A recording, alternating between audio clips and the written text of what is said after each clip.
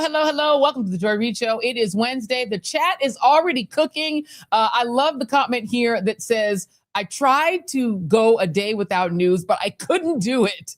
I just couldn't do it. Somebody else saying there are more criminals in ICE than they're actually kidnapping and torturing. I mean, facts on facts on facts. Good evening, everybody. Thank you all for tuning in. If you have not hit like and subscribe, I mean, those of you who are in the chat, you're already liked and subscribed, like clearly. But you know what you could do? You could hit share so you can share it with a friend, maybe share it with a foe. I got some hate mail today that was pretty funny. The person called me the N-word in all caps with a hard R and then felt they needed to point out in the hate mail that they voted for Obama twice. They needed me to know that and said that I'm the racist. It was funny that, and I just let them know that, you know, if you send an email that's disparaging like that with your name and all that in it, it's not, you know, I do have the right to publish it.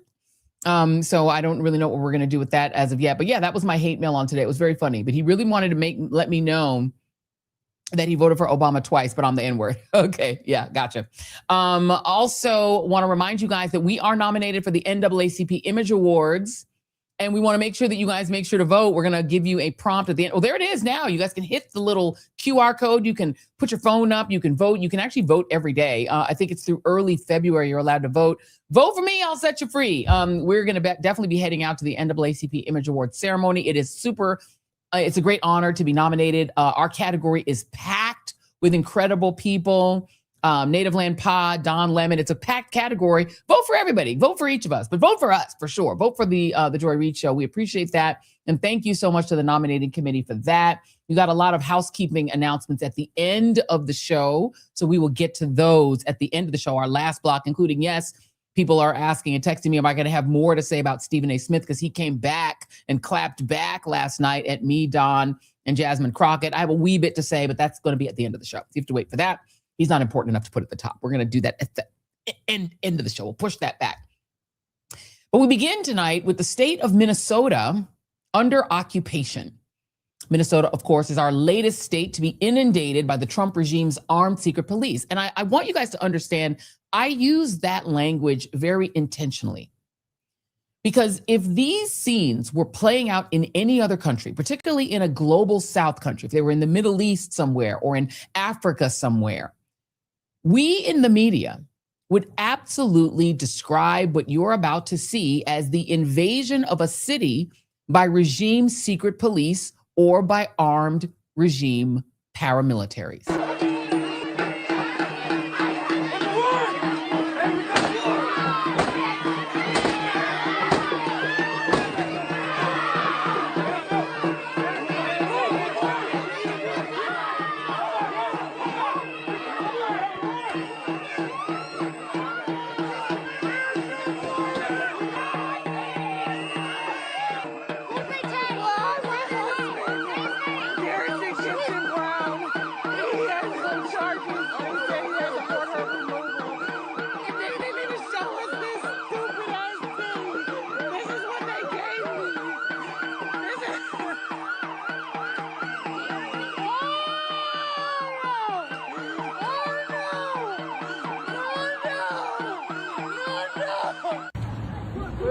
You're not a traffic cop. Clear it out. You're not a traffic cop.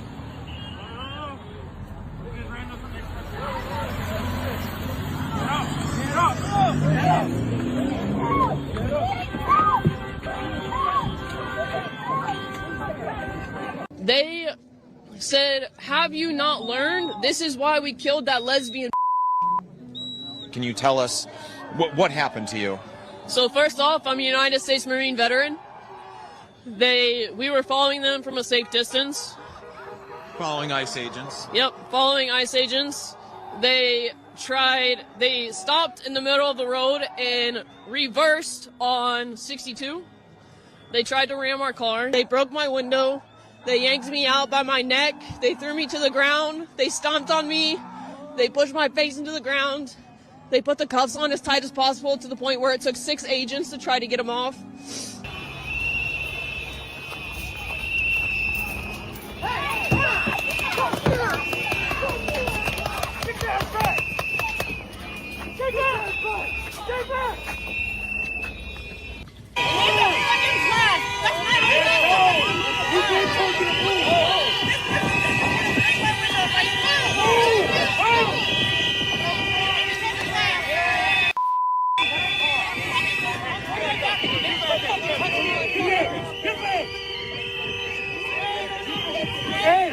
Go that way. Hey, back the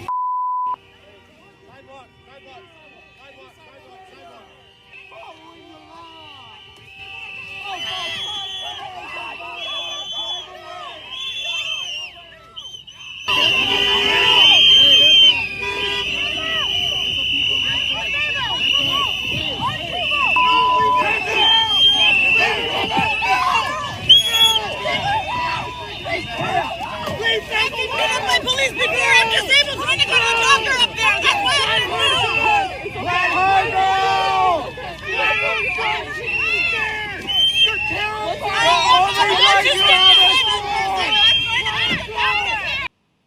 Now, I want you all to notice that everyone who was accosted in that set of videos, and big ups to Live from Occupied, No Turtle Soup, and the Associated Press. So mainstream media and independent journalists capturing that video just in Minneapolis, Minnesota. Those were all from Minneapolis, Minnesota. But you'll notice that when ICE started out, they were targeting Latino men very intentionally. Most of the people they were running up to on the street were brown men. And that was very intentional because they were trying to put forward a narrative that what they were doing was hunting down the worst of the worst, and the worst of the worst were Tren de Aragua and other gang members, Venezuelan gang members. So they were trying to catch people who looked like that narrative, most of whom they would release. There are almost no reports here of actual gang members being charged with gang activity or prosecuted. But now, particularly in the wake of Renee Good's murder, but even just before that, the complexion and gender of the targets is shifting. Have you noticed that? You're seeing more and more women. And as you see in that video, more and more people who are Black. We were always getting here, and you heard Lev Parnas's reporting from inside the administration that the narrative that's being built by the shooting in the face 3 times of Christian white mom of 3, Renee Good, isn't working for the regime, except that now they've decided to lean into the idea of targeting women. Because remember, the quota is being set by Stephen Miller, and he wanted 3,500 people a day. But originally they seemed to want men, especially brown men. You saw a Black pregnant woman being thrown to the ground and kidnapped and thrown into a van. You saw a brown woman who was just on her way to a doctor's appointment, who's being given conflicting directions. Go, don't go, get out of the car. She has no idea what to do. Then she gets dragged out of the car. She's not being accused of a crime. She's just in their way. And you saw a Black woman whose husband is dragged off from their home, and you see her out there crying. This is where the regime is going. Yes, please. I have to say, we shouldn't fall for the okie doke. We know what they're trying to do. They're trying to excite Black folk. Correct. And everybody else to get angry so Correct. they can go ahead and have the authority to pass this stupid state law where they can basically just take over the country and do what they want to do. So Black folk do not fall for the okie doke. Correct. Insurrection Act. And what they've wanted per Lev Parnas in order to get the Insurrection Act going. And since they are failing, again, if you just look at the data, they are still not out deporting the Biden administration. The Trump regime is not deporting more people than President Biden or Barack Obama deported. They're also not indicting as many people because most of the people, something like 7 in 10, have no criminal record and aren't even accused of anything. They're getting people who have a removal order, which is not a felony, or just random people who are brown. They're racially profiling people. They're demanding that anyone they roll up on the street who's brown produce proof of citizenship or they arrest them. Or if they're in the way of them kidnapping someone else, they arrest them. But they're increasingly targeting women. And they're increasingly targeting Black people because they want to trigger Black men who see Black women getting harassed and hurt in the street to go in the street. And they want to trigger even white men who see white women getting harassed in the street. They're targeting LGBTQ people using lots of anti-LGBTQ language. You saw that young woman who is a Marine veteran targeted and spoken to in a disparaging way about her gender identity. Know what they're doing and see what they're doing. They're trying to instigate riots so that Donald Trump and Stephen Miller and Tom Homan and Kristi Noem and Pamela Joe can have the reasoning to do the Insurrection Act, just as Lev Parnas told us. Jason is correct. Do not martial law fall is for the plan. okey-doke. And this is also a rehearsal for November, y'all. These look like occupied cities. This does not look like an American suburb, but that exactly is what I'm showing you, suburbs. Now, I will note that the Minneapolis Attorney General, Keith Ellison, has announced that his state will now sue the Trump regime over the occupation of his state. Take a listen.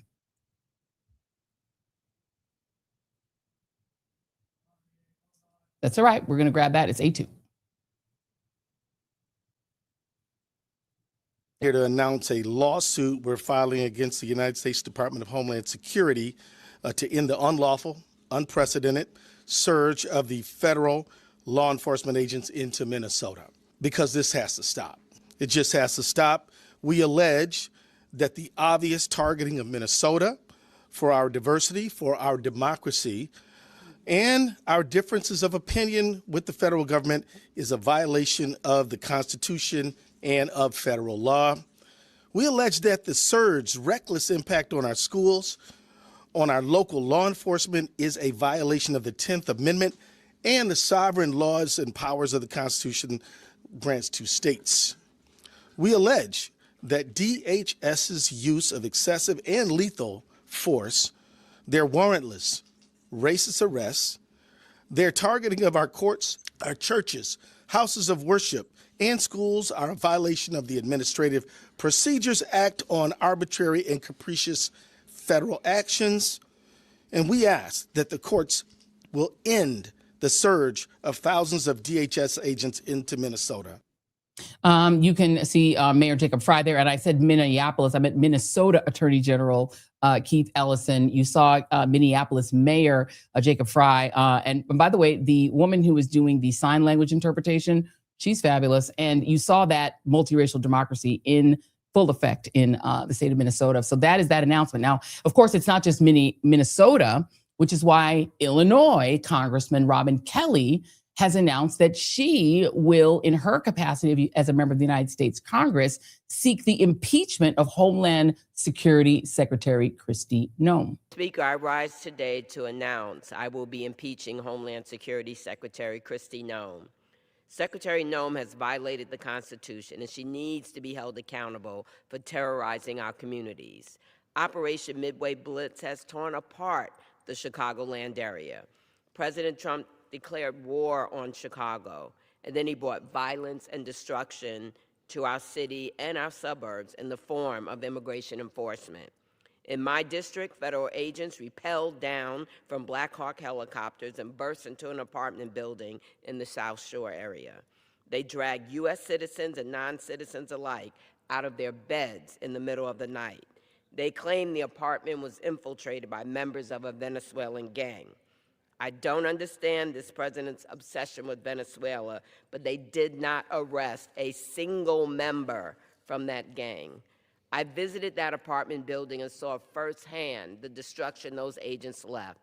Doors to people's homes or apartments were kicked down. Belongings, including little kids' toys, were strewn about in the hallway. That raid and so many others shook our community, not just immigrants, but everyone.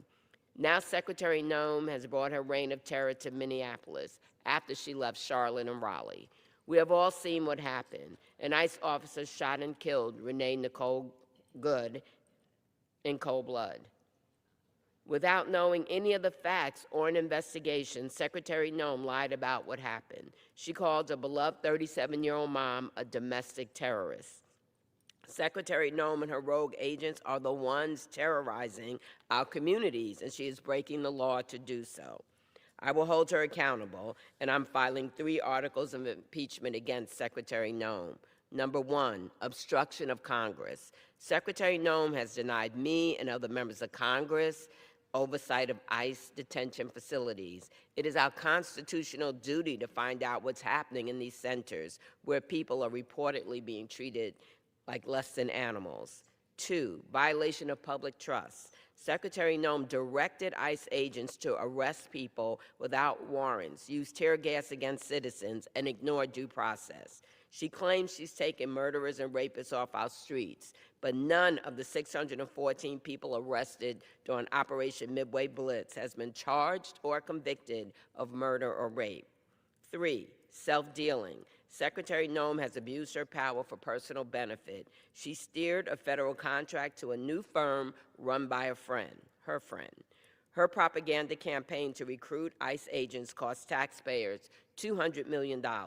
She made a video that turned the South Shore raid into something that looked more like a movie trailer. But make no mistake, this is not a movie. This is real life, and real people are being hurt and killed. I really have to wonder who are the people behind the mask. These DHS agents have no identifying factor. From all their botched raids and officer-involved shootings, I have to ask, what is their training like? What is the vetting? Is Secretary Noem recruiting January 6th insurrectionists? I was one of the last members of Congress to escape the House gallery on January 6th. I remember hiding on my hands and knees and running through the hallways to a safe room. Insurrectionists are not fit to serve as law enforcement. Yep. I realize that impeachment of Secretary Noem does not bring Renee back. True justice would be Renee alive today, at home with her family. Impeachment doesn't bring back the 4 other people killed by immigration officers this year, including a man in Chicago. We could not bring them back to their loved ones. What we can do, though, is impeach Secretary Noem, hold her accountable, let her know the public is watching. Amen. In this country, we do not kill people in cold blood without consequences. These are not policy disagreements. These are violations of her oath of office, and she must answer for her impeachable actions. Amen to Representative Robin Kelly. We are trying to get her on the show hopefully soon. It is in that environment that the Joy Reid Show recently sat down with former Georgia House Minority Leader, 2-time gubernatorial candidate, and civil activist Stacey Abrams, who has broken down what's happening in our democracy, in our anti-democracy autocratic moment. Now, we started off by asking the question many have wondered about, and that is whether she's planning to run for governor. Take a listen. And joining me now is civic strategist, author, recovering politician, and former Georgia House Minority Leader, and also 2-time candidate for governor of Georgia, and now the host of the Assembly Required podcast, the great and glorious Stacey Abrams. Happy New Year, my sister. How are you? I am well. Thank you. Happy New Year to you as well. Thank you so much and welcome. I want to start with obviously the big breaking news that is all in my text messages because about 18 people have texted me. You have elected not to make another run for governor of Georgia. Let's get that out of the way. Tell me how you came to that decision and why. I ran for governor in 2018 and in 2022 because the role of governor is an extraordinary platform to serve people, to solve the problems that they have. We talk about affordability often in the abstract, but particularly in the South, as you know well, access to affordable health care. In Georgia, we don't have it because the governor won't expand Medicaid. Access to affordable housing, we don't have it because the governor will not invest in affordable housing options. Making certain that women have bodily autonomy, we don't have it because the governor won't do it. And so each time I've applied for the job, it's because I've wanted to do the work. And the best way, or I would say the most expansive way to do the work, was to hold that job. But I also recognize that in 2025, we saw a brand new specter emerge on the horizon that threatens not only the very real issues I want to tackle in Georgia, but a larger national threat to all of us. And for me, the decision was, where am I best utilized? Where can I serve America, serve Georgia, and serve the people that I care about so deeply? And as someone who has always believed there are multiple tools in the toolbox, this is a tool that I think I don't need to use right now because we have a set of issues, voting rights, voter protection, but more importantly, just connecting people back to what we should expect of our government. And that is work that I can do. And that is the work that I want to undertake right now. All right. And we then got into the meat of the matter. And these are the 10 stages that a nation goes through when it's falling into an autocracy. and where we fall on that spectrum. But before, Jason, before you play that, I want to bring in our guest so that she can listen with us.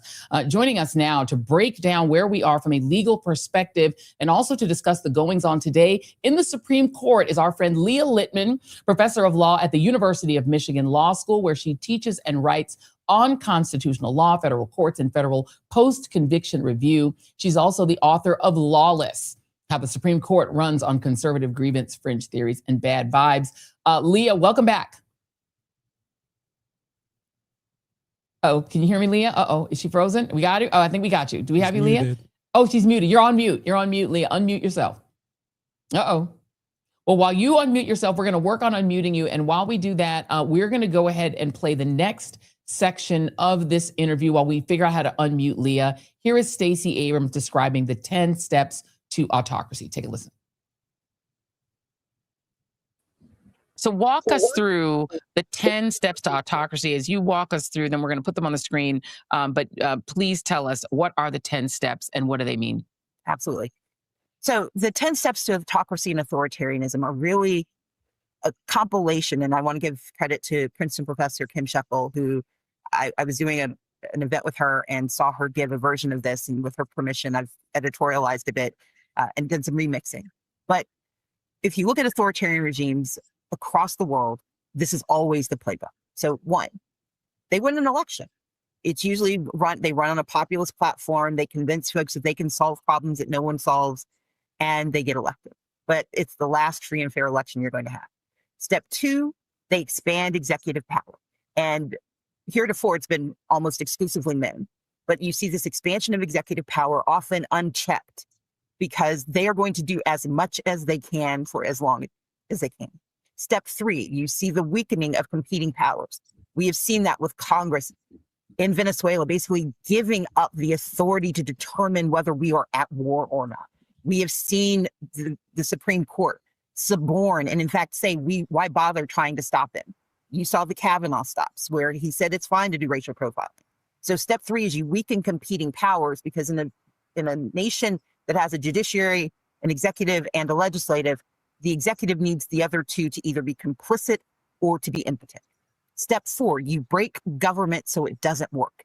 Democracy is not just about who votes. Democracy is about what government does. Well, if you can make certain government doesn't do anything, in fact, if it's hard, no reason to defend the underlying system.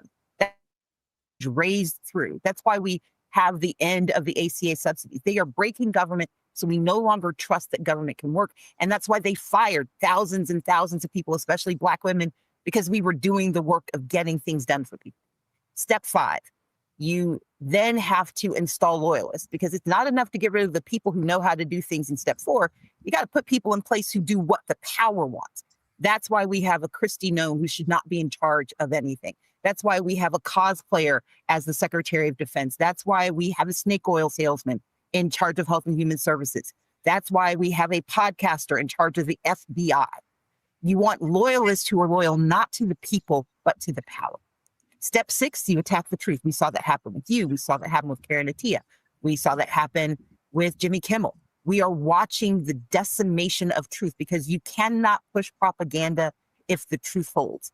The Corporation for Public Broadcasting dismantled itself because the truth became too painful and they gutted public media. But we're also watching with the growth of Skydance and Paramount and the fight over CNN and who's going to control the truth with TikTok.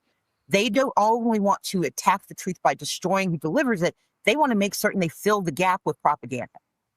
Step seven, you scapegoat communities because you got to blame someone for everything you've done, everything you've broken. That is why they attack DEI. DEI, let's think about it. Diversity, equity, and inclusion. Diversity means all people. Equity means fair access to opportunity. Inclusion means respect for belonging. These are foundational American values, but they're also the core of a pluralistic democracy.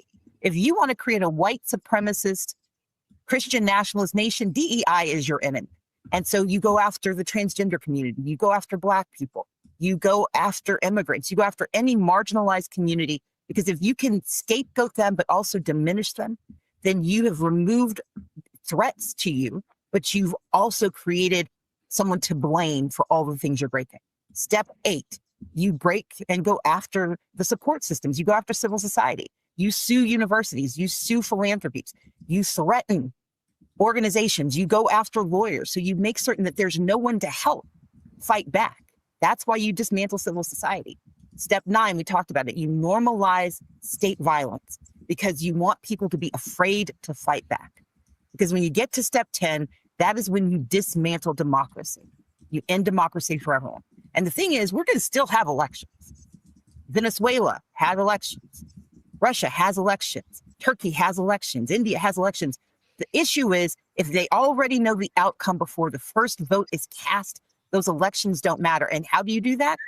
Well, you gerrymander and you take away the right of the people to elect folks who represent them. You purge voters like they did in Georgia, 478,000 voters purged. You go after the rules. You sue states to get and seize their voting information. And if the Supreme Court has its way, the Calais decision will dismantle forever the Voting Rights Act so that there are no more protections for communities of color in this country. You break democracy, and then you have permanent power. Leah Litman, as a law professor and somebody who understands the Constitution, what is your reaction to that? Because it feels like we're at step 10. First, thanks for having me. Can you hear me now? I can hear you now. Excellent. Okay. So I only heard points 3 through 10. And what was striking to me in listening to them is hearing these descriptions and then thinking about all of the ways that the Supreme Court is really part of all of the projects and the steps that Stacey laid out. I'll just start at step 3 again, which is where I came back in, capturing the other branches. Think about how Donald Trump has really weaponized the Supreme Court. First, Mitch McConnell and the Republican Party prevented Barack Obama from filling a Supreme Court vacancy that arose, in February before an election in November. They said, we're not going to allow you to fill that seat because we don't allow presidents to fill Supreme Court vacancies during election years. Fast forward to 2020 when Justice Ginsburg passes away. While the presidential election is underway and votes are being cast, they confirm Amy Coney Barrett to the Supreme Court. And the Supreme Court has allowed Donald Trump to really capture the other branches. Think about, the administrative state. They are poised to give him sweeping powers to fire people who head agencies like the Federal Trade Commission or the National Labor Relations Board, these agencies that are supposed to act in the public interest, and they are about to hand Donald Trump, control over so he can basically neuter them and ensure they don't act in the public interest. You want to talk about, breaking government so it doesn't work. I mean, think about the initiatives that Joe Biden attempted to pass, during his administration: student debt relief, the Clean Power Plan, a test and vaccination requirement during COVID. What do all 3 of those policies have in common? The Supreme Court blocked them all. Those were instances where government was working and trying to solve people's needs. And the Supreme Court stopped government from actually being effective. If you read some of the post-election retrospectives and interviews with people, something people faulted Joe Biden for was not doing student debt relief like he promised. He tried, but the Supreme Court stopped him. So Right. Those are just, 2 of the steps. But, I could go on through the entire list and talk about all of the different ways that the Supreme Court has been part of this steady march to, the final step of dismantling our democracy, as Stacey described it. And the thing is, just this week, we've seen an unprecedented statement from Jerome Powell, the Fed chair. You never actually hear them talk. Like, you always wonder, what did Paul Volcker sound like? I don't know. They never really would speak, right? You suddenly had him coming out and doing like a 4-minute video defending himself against being investigated, supposedly over renovations to the Fed chairman of the building. But it's really about him refusing to lower interest rates as Donald Trump commanded him to when he commanded him to. And it's this Russell vote idea that the Federal Reserve is not independent of the federal government. And then today we get the reporting that a Washington Post reporter's home was raided as part of a leak investigation, unprecedented. It is very unusual for the FBI to go in and search a journalist's home because they're trying to find out her sources. This seems to me something that could be litigated before the Supreme Court, but I'm not confident that John Roberts et al. Would find any problem with it. That, to me, is why we're in so much trouble. It is very much part of the story. I mean, start with the Jerome Powell example. Next week, the Supreme Court will hear oral argument in the case where Federal Reserve Governor Lisa Cook is challenging Donald Trump's attempt to remove her from her position. And so we will see whether the Supreme Court is basically willing to say, Donald Trump is lying. The reason he is firing these governors of the Federal Reserve is not because, they said something or another to Congress about the scope of renovations to the Fed. No one cares about that. There's no there there.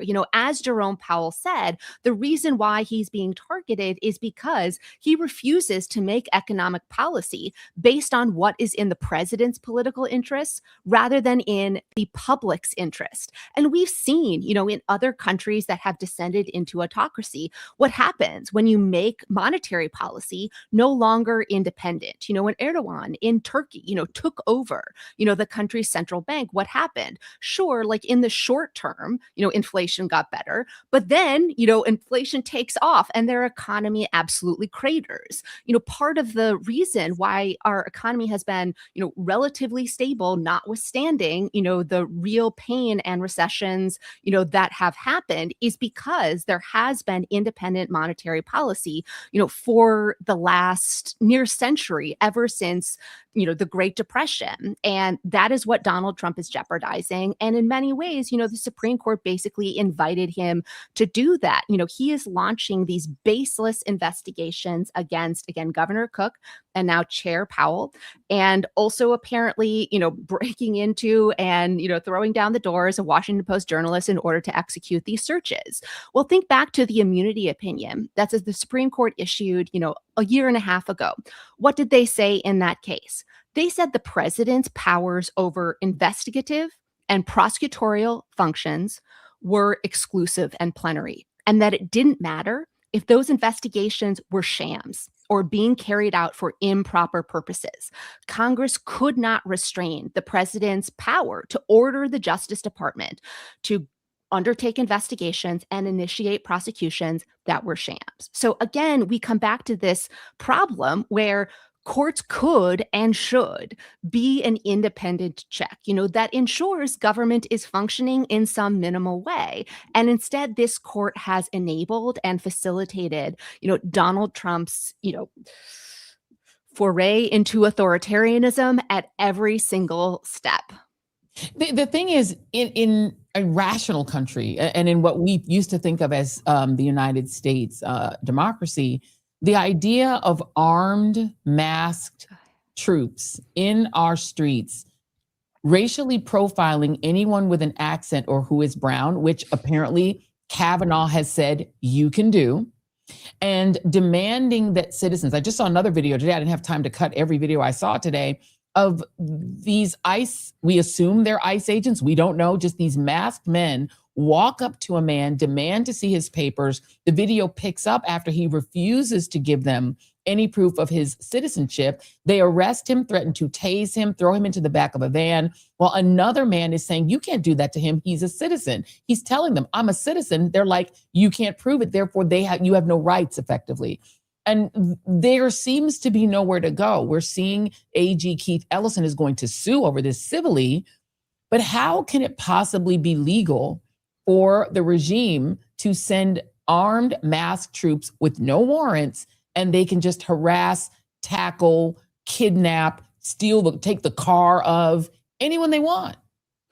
It's not legal. I mean, for all intents and purposes, the regime has basically suspended the Constitution in the state of Minnesota. You have agents going into homes, demanding that people identify who are your brown and black neighbors, identify, any people of Somali descent in your neighbor. We have seen the videos of violence. There was the high schooler, whose phone was taken and then located, in some sort of used item resale. It was just absolute insanity, and this is of course all happening in the wake of, the videotape, showing an ICE masked officer killing Renee Nicole Good, when her final words are, "I'm not mad," and she smiles and drives away from him.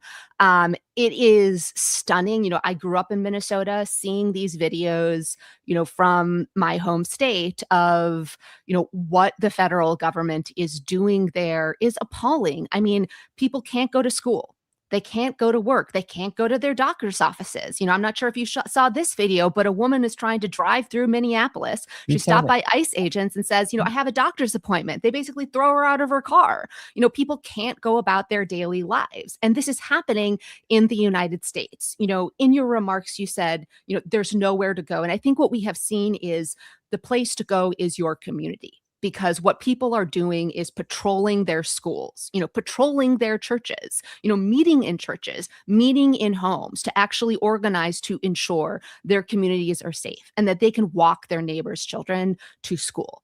And that has been, I have to say, like the only positive sign or light in all of this I have seen. I am glad that A.G. Ellison is bringing a lawsuit. I think one thing that lawsuits can do is uncover facts. And I'm hopeful that they will introduce evidence and we will get an important district court opinion, like, frankly, the one we got in Chicago, where the district court, posted on the internet for everyone to see. Here's all the videos of ICE doing these awful things. Here are the examples of ICE lying. It is important to uncover those facts, get them out to people. And so, how do we get through this? We get through this through community and by standing together. Because at the end of the day, they have deployed, I read somewhere that it's something like more ICE officers than, the Minneapolis Police Department. Yeah. But still, there are more Minnesotans in Minnesota than there are ICE agents. And, if we all stand together, we will get through this. And I will note that Robin Kelly, in her impeachment resolutions, points out that it appears that masked, dramatic land on the roof raid on a Chicago apartment building was done primarily to film it to effectively make a commercial. They were filming a movie because they did not arrest Tren de Aragua members. There are no prosecutions. If there were prosecutions of Tren de Aragua gang leaders, we haven't heard about it. And Kash Patel liked to get on TV and talk all the time about what they're supposedly doing. We haven't seen the press conference about the fruits of that labor. Where are the prosecutions of Tren de Aragua? Oh, there aren't any, because they were pulling naked children and children in their pajamas and adults who were in their PJs, throwing them out into the cold and throwing them into giant sort of box trucks and separating them, men from women, as if this was 1930s Germany. I want to also note that a lot of the anger that they're trading on in order to get people on the MAGA side to be on their side is this continued lie about the election in 2020. Because a majority of white Americans voted for Trump, but Trump still lost to Joe Biden, there is this rage among MAGA people that the election was stolen, and Trump has encouraged that and traded on it. There is a Supreme Court decision on today that I would love for you to weigh in on, because the Supreme Court majority has now sided with a conservative Illinois congressman who wanted to challenge the idea that people could turn in their absentee ballots 14 days after the official election day. And they have said, they haven't ruled on the merits of his challenge, but have said that a politician like him can challenge those election rules. What's the meaning of that? I mean, there's no question that decision is going to open up a new front for litigation for Republican politicians to challenge state rules that make it easier for people to vote and that make it easier to count people's ballots. The big decision that we're waiting on is the one later this term, which is in Watson versus Republican, Senate National Committee. And in that case, the court is going to decide whether states can count ballots that are received after Election Day. So that is, part of the claim that this congressman wanted to raise. And the Supreme Court is going to hear a case that actually presents that question later on this term. If they say no, that's going to nullify the voting laws in 15 plus states, and dramatically, reshape the law governing elections in the lead up to the very important midterm elections. So, this particular decision, not that surprising. I think its, effect will be allowing more lawsuits by Republican politicians to challenge the state rules that make it easier, for people to vote. Think about, during COVID when some state courts or some state executives were saying, oh, you have some additional time to request an absentee ballot or to, send back your absentee ballot, given the mail delays, given more people, needing to vote absentee. And it's those kinds of rules that the Supreme Court is basically now allowing, individual Republican politicians to potentially challenge, in addition to, institutions and entities and organizations to do so.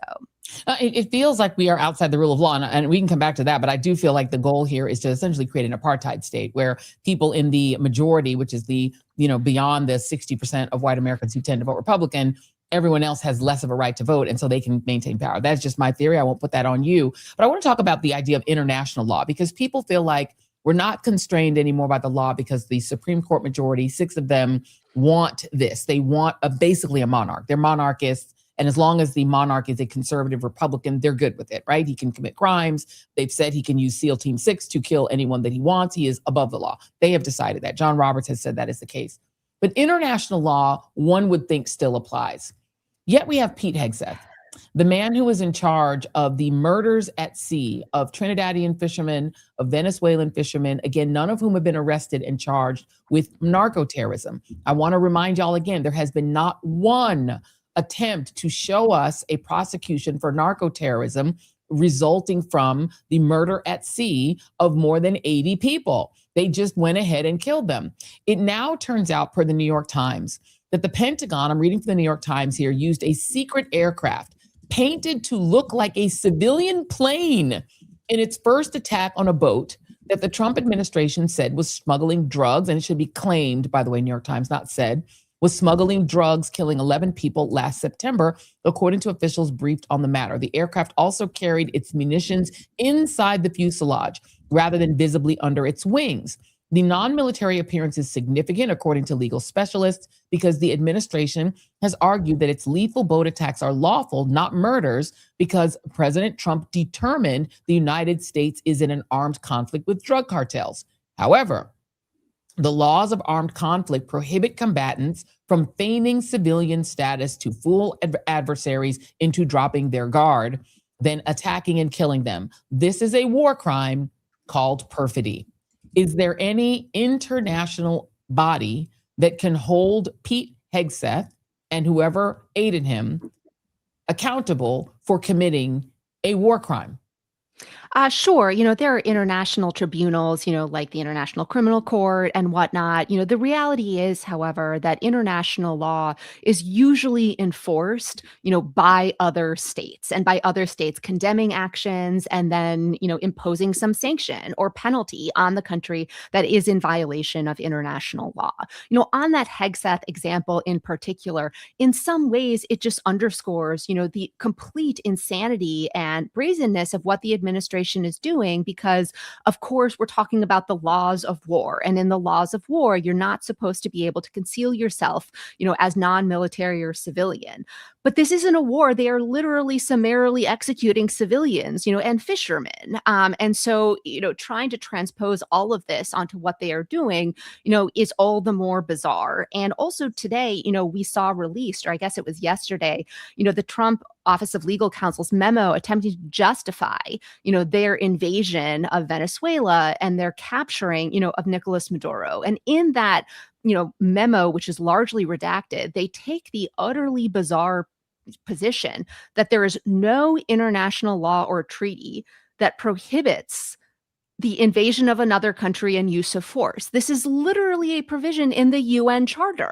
Why they think that is not governing or applicable, who knows? But we are seeing, their disdain not just for constitutional law, for statutes, for norms, but the entire international order and international law as well.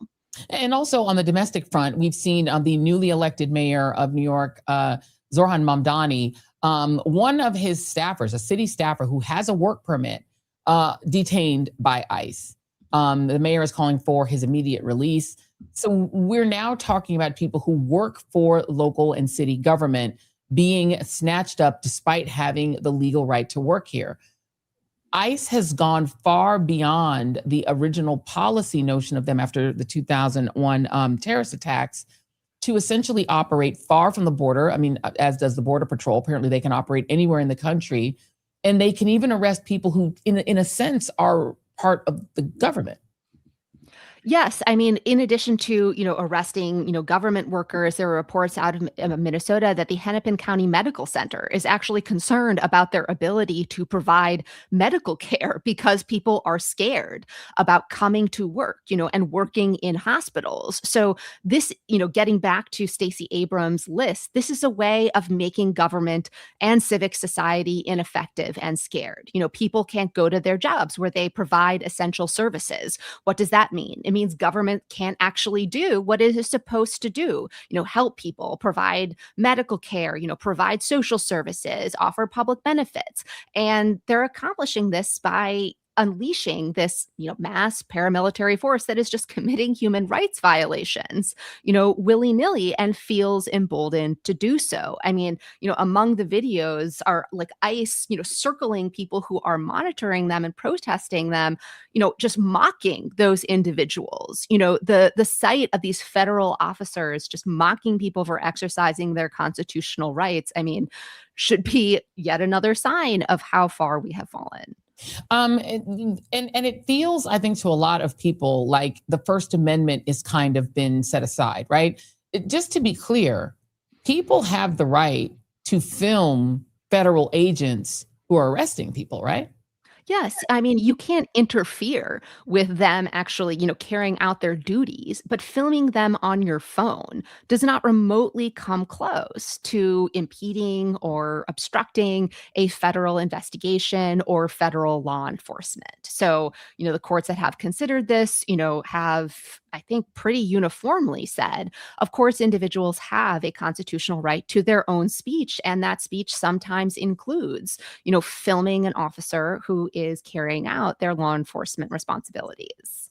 There's also the question of whether or not if someone accosts you in the street, just from a legal matter, you have to go with them. Because again, these ICE, agents, assuming they are ICE agents, they're dressed in federal looking uniforms. But in some cases, we know there have been cases of people portraying and pretending to be ICE agents. We've known of at least one case of a woman who was grabbed by someone, and it turned out this person was not law enforcement at all. And given the threat of that, which members of Congress have also pointed out could happen, you can order these uniforms online.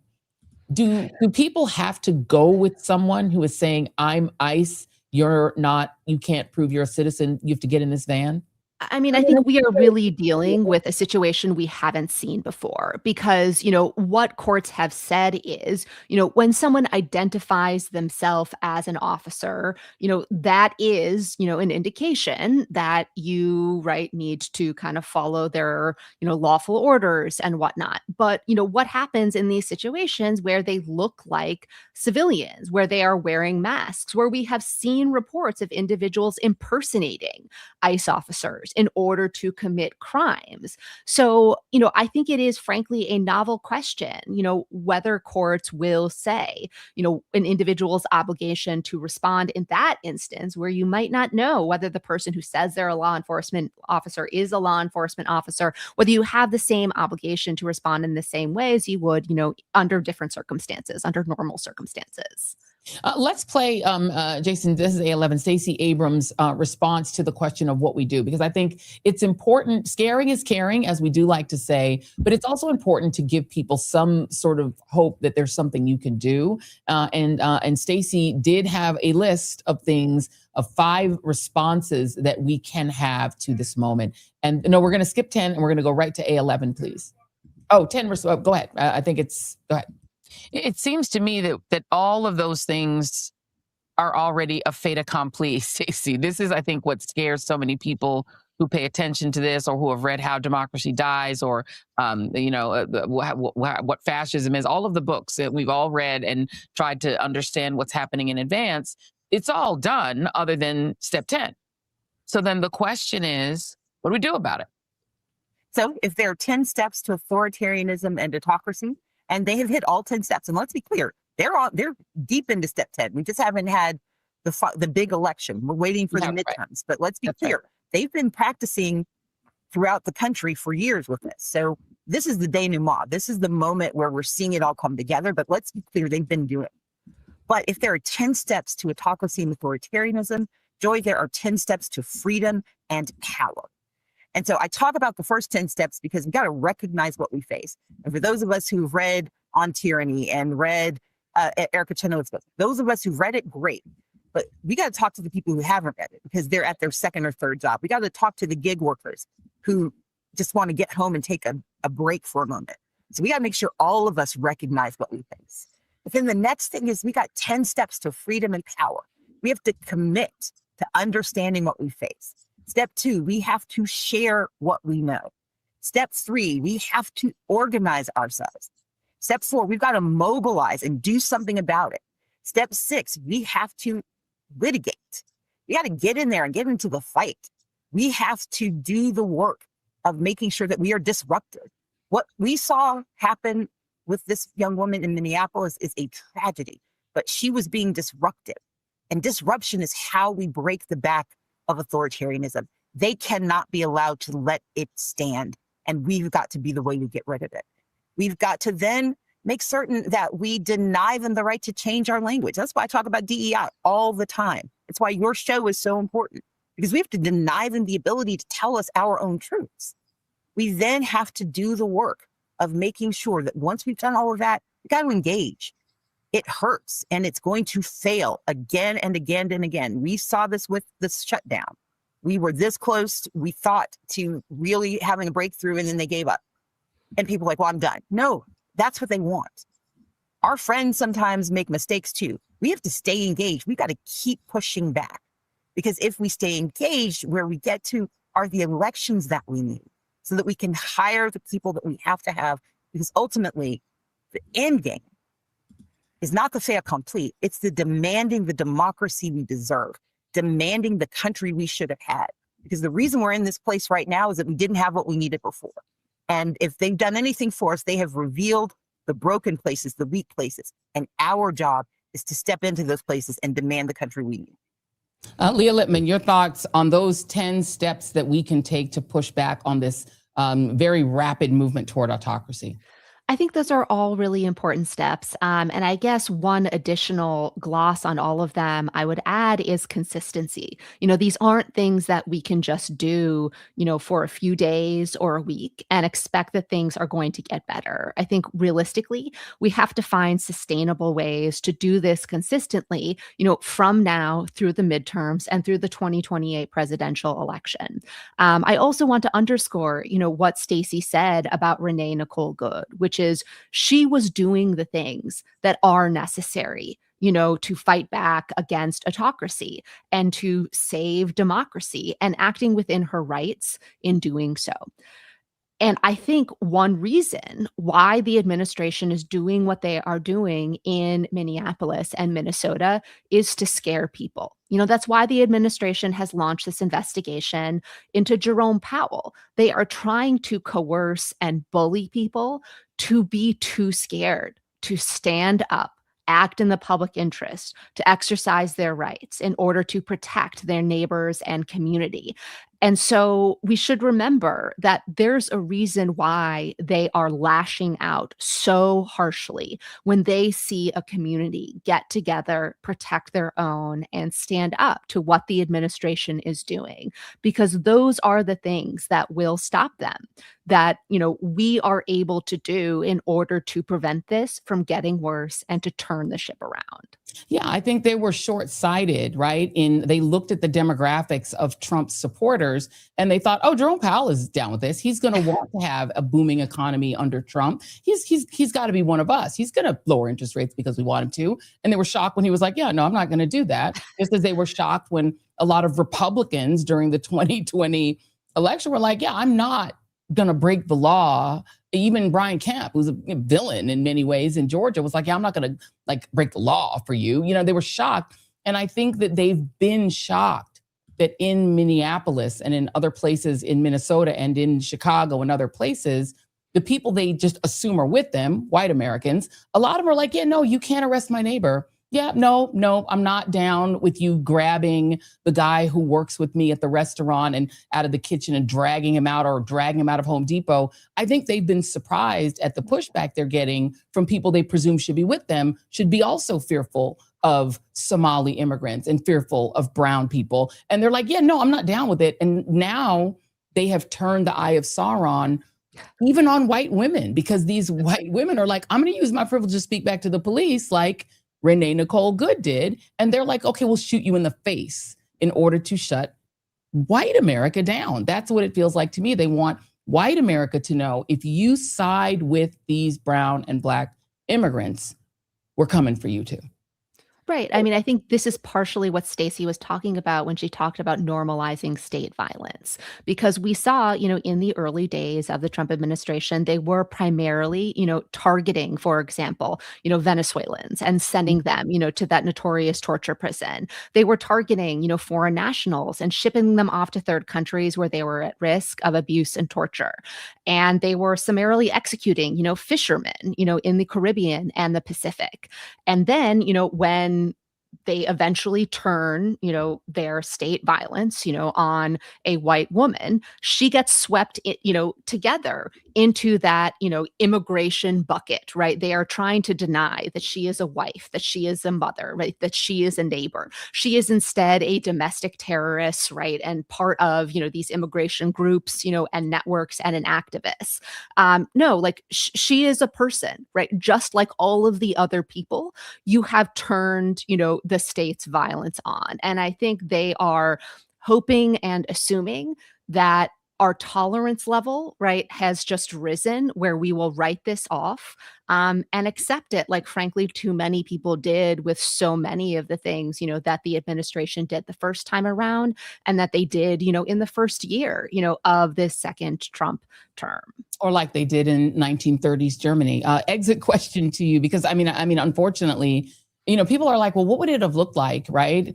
If the, SS troops were marching through the streets of Munich and grabbing people's neighbors? It looked like this, what did it look like if slave catchers were coming to New Hampshire to try to drag some, poor carpenter back down south to slavery? It looked like this. Like, this is what it always looks like. If you're wondering what you would have done in those horrible times, if somebody was coming for someone to lynch them and they were busting down doors to try to find a lynching, it looked like this. It looked exactly like this, masks and all.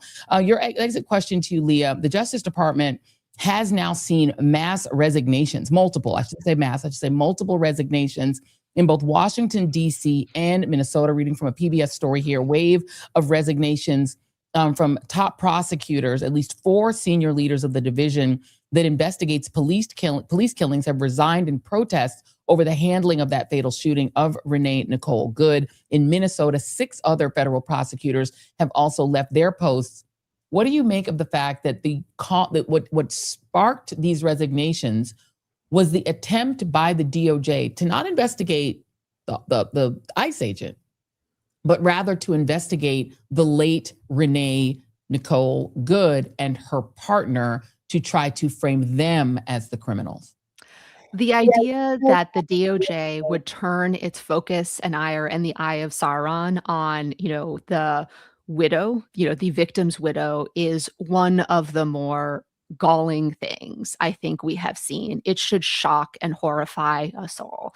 I am happy, to see so many individuals, in Minnesota and DOJ, in DC resign, instead of carrying out these orders, because that underscores, something that the administration is attempting to penalize, Senators Mark Kelly and Alyssa Slotkin for saying.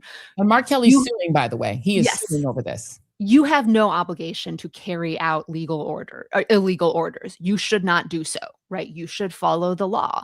And it is encouraging, that some in the federal government still continue to believe that. And it is encouraging, that there is this widespread outrage over, the murder of Renee Nicole Good and everything that DOJ and ICE have done since then. Leah Litman, thank you as always. Hopefully we'll come back often. I know we're waiting for some Supreme Court decisions, so keep your phone handy because we're going to be reaching back out as more of these decisions come down. Calais is coming. There are a lot of big decisions, so we're going to keep you on our quick call list. So thank you very much. And by the way, if you all would like to get a copy of Leah's really great book, Lawless: How the Supreme Court Runs on Conservative Grievance, Fringe Theories, and Bad Vibes, which I need to get signed by you next time I see you in person, Leah. Just head over to shop.joyandreid.com. You can get yourself a copy of the book so you can be all read up when Leah comes back to talk about these SCOTUS decisions. Thank you very much, my friend. I appreciate you. Thank you. Thank you very much. And you can also catch the full Stacey Abrams interview right here on this channel tomorrow night at 6 p.m. Eastern. We're going to set it up to premiere so you can watch it in full. It's a really great, lengthy conversation. You can see that at 6 p.m. Eastern right here on the Joy Reid Show channel. Okay, now I want to note that the older I get, and I'm not getting older, I'm getting more seasoned, I'm going to say, the more I find myself trying to be like more intentional about the way I live, the way I eat, the way I take care of my body. You know, we want to be moisturized and rested and hydrated. But the old adage, you are what you eat, actually rings very true, right? To all of us in this modern day. And I'm always looking for an on-the-go like protein snack, something I can pop in that's satisfying, that I can eat, but I know I'm not like eating junk food. So I can live intentionally as well. And that is where Mosh bars come into play. Now, Mosh, which you may have heard about on Oprah's Favorite Things, was founded by Maria Shriver and her son, Patrick Schwarzenegger, with a simple mission to create a conversation about brain health through food, education, and research. And we want to especially big up that family in these times when their whole legacy is being destroyed. One legacy that they actually should not see taken away by one particular member is that they do care about health. So Maria's father suffered from Alzheimer's. And since then, she and Patrick have dedicated themselves to finding ways to help other families who are dealing with this debilitating disease. So Mosh joined forces with the world's top scientists and functional nutritionists to go beyond your average protein bar. Every Mosh bar is made with ingredients that support brain health, like ashwagandha, lion's mane, collagen, omega-3s, plus a game-changing, brain-boosting ingredient that you will not find in any other bar. Mosh is the first and only food brand boosted with Cognizin, that's Cognizin, a premium nootropic that supplies your brain with a patented form of cytoclonine, which is cytoclonine. Mosh bars actually also taste great. They come in 9 mouthwatering flavors, including 3 new plant-based flavors: chocolate chip cookie, hazelnut chocolate chip, as well as peanut chocolate chip. Now, here is the best part. To make you feel great, Mosh donates a portion of all the proceeds from your order to fund gender-based brain health research through the Women's Alzheimer's Movement. So why gender-based? Because 2/3 of all Alzheimer's patients are women. Mosh is working closely to close the gap between women and men's health research. So please, if you want to find ways to give back to others and also fuel your body and your brain, Mosh bars are the perfect choice for you. I'm actually going to show you the ones that I have. Here they are. So this one here is peanut butter crunch. Now, you know, the family done already tried to get in my Mosh bars and take them all. Here's another one here. This is the peanut butter chocolate crunch, which is fabulous looking. This one here is, what's this one? This one is cookie dough crunch. Somebody's already claimed, I think Wanji has claimed this one already. And then we've got the raspberry white chocolate crunch. I think Winnie has claimed that one already. I earlier today had this one. As you can see, it's all eaten already. This is the brownie chocolate chip. It was really good. I moshed it, if as we say.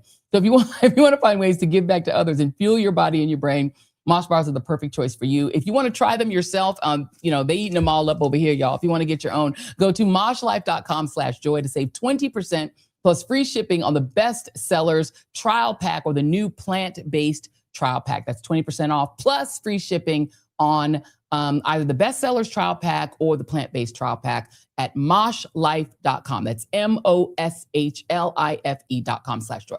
There you go. Thank you very much. And I'm sorry, but my retainers make me say moth, but I meant mosh, MOSH. And they're really tasty. So let's jump into hour 2 of the Joy Reid Show. Now, if you're one of the millions of Americans who have counted on the Affordable Care Act, AKA Obamacare, for your health care, you are likely in a whole lot of confusion right now. years old, but she's worried for her young relatives and others who need health insurance throughout the tri-state. When people can't get preventive care, the fact that their rates are so high, they're going to end up in an emergency, going to end up with much more expensive care or dead. Is that what we want for a nation? I don't think so. The future of those expired tax subsidies that lowered households' monthly plan costs is up in the air after the U.S. House voted last week to approve legislation that could extend the subsidies for another 3 years. The Republican-led Senate has yet to schedule its vote. According to the Centers for Medicare and Medicaid Services recent data, about 22.8 million people nationwide have selected ACA marketplace plans so far this open enrollment period, though enrollment is down about 3.5% compared to last year. For those And so what you're seeing now is the number of Americans who are opting out of the Affordable Care Act and basically going insurance free, kind of riding dirty, right, without insurance at all, is now up to about 800,000 people, according to CBS Market Watch. You're seeing the costs for those who are staying in the Obamacare system skyrocket in some cases by 75%. The House, you give the House credit, they passed an extension of those subsidies, but we now have to wait on the Senate to attempt to get the deal done over there. Senator Adam Schiff and others are pushing for a vote on extending the ACA tax credits. But here's the problem. When those 6 Democrats voted to reopen the government without first getting locked in an extension of the subsidies, they essentially left it up to John Thune and Donald Trump whether they were going to do it. And they got a promise to put it on the floor, which John Thune does not have to obey that promise. There's nothing, no incentive other than people screaming in these senators' states that they can't afford their health care. But in many cases, these senators don't care. They can afford health care and they get blue chip health care as United States senators. They don't care. And they really are serving 2 masters, Donald Trump and their big donors. And the biggest donors, the oligarchs in this country, the people who own the country, as they used to say, they don't care about extending healthcare to you. They love the idea of culling that $300 billion that extending the healthcare subsidies would cost, culling that and using it to stop up the gap from their monster tax cut, as we've talked about many times on this show. The United States Congress and Senate, led by Republicans, chose the tax cut over your healthcare. They could only pick one or the other. And so we're in this position where average Americans can no longer afford to insure themselves against a catastrophic illness, getting cancer, or something else, because the United States House and Senate chose the tax cut over everything else. And so the question is, what do we do now? There's a lot of anger, I think, at those 6 senators who voted to reopen the government without that promise. It's not that people didn't want the government reopened. It's that they didn't want it reopened unless the subsidies were put back in place. And that would have been a demand that might have worked had they held out. They could have just kept holding out, but they didn't. And so the question is, where do we go from here? When we are, as people in the chat are pointing out, we're subsidizing Israel's economy and they get universal health care. They actually get universal health care on you. They're paying for it for you. And while they are still collecting our tax dollars and using it to harass our neighbors, to arrest our neighbors, and to kill our neighbors. We are in a world of hurt when we're in a country where the only people right now truly being protected by the federal government are billionaires and whoever's in the Epstein files. The people that were in the Epstein files are being 100% protected because Donald Trump is still violating the law he himself signed that says you're supposed to release all the Epstein files. and they still haven't released them all. They're violating the law and not releasing them. So they're protecting the pedophiles in the Epstein files. They're protecting Elon Musk, whose ex-Twitter Grok is posting porn based on AI. They can take anybody's image and undress the person and make porn out of it. He's protected. Peter Thiel, who is on the board of Palantir, a company whose CEO was the highest paid CEO in the country last year. They're protected, even though they're spying on all of us and giving police these apps in their phones that allow them to take a picture of people and then triangulate an entire neighborhood so they can find more brown people and black people to arrest. All of those are protected. Donald Trump is completely protected because the Supreme Court, as Leah Litman pointed out, said he has absolute immunity. He could rob a bank tomorrow and there's nothing anyone could do about it. Even impeachment, which people are calling for Donald Trump, no president has ever been convicted, even Kristi Noem. Even if she's impeached, which I think she should be, the likelihood of finding 67 votes to convict her of impeachment is very unlikely. So you're seeing this sense of impunity throughout the country, while at the same time, this regime is allowing measles to run rampant. They're allowing MMR to be taken off of the mandatory, or it's still on the list, but they're making it optional to get vaccines so that more whooping cough is happening, more measles are happening, and people are facing all of this without health care. So America first doesn't seem to mean America healthy and first. America first certainly doesn't seem to mean that. We're waiting for our guests to get in, but while we're waiting, I think this is important to drill down on just a little bit more, because what we're spending our money on, and we're going to get into this hour, what's happening in Iran. Donald Trump has essentially sort of previewed regime change in Iran. We're spending our money on semi-light regime change in Venezuela, supposedly to extract their oil for our financial benefit, and yet leaving the regime in place so that they can continue to run what we're calling a narco state, just without the leader and his wife. We're spending money bombing Nigeria, another oil country. We seem to be bombing any country that has oil, while the president of the United States is flipping off people who call him a pedophile protector. Like, this is what we're doing. And all of that is happening while the American people are being terrorized in their neighborhoods, hunted or black, or if they are white and empathetic people, they're being disparaged by their gender identity or sexual identity. And they're attempting to create a situation of chaos and maybe sort of low-key civil war so that Donald Trump can implement the Insurrection Act before the elections in November, so that all these things they're doing to us, we can't do the one thing we have to do back, which is to vote them out. So they cannot be removed because they'll be able to use the Insurrection Act to essentially shut down the election. Donald Trump has joked we should shut down the election. Maybe he'll shut it down. Maybe we won't have an election. I don't know. But the bottom line is, while all of this is happening, Americans are getting sicker and facing more uncertainty when it comes to their health care. This is an abominable situation that doesn't seem to have an answer, because the Trump regime has decided that it is less important that you have health care than that Donald Trump's friends who are on the Epstein list not be disclosed. So that's a problem. And we have to figure out what to do about it. And we have until the primary elections, and of course till November, to figure out what to do about it.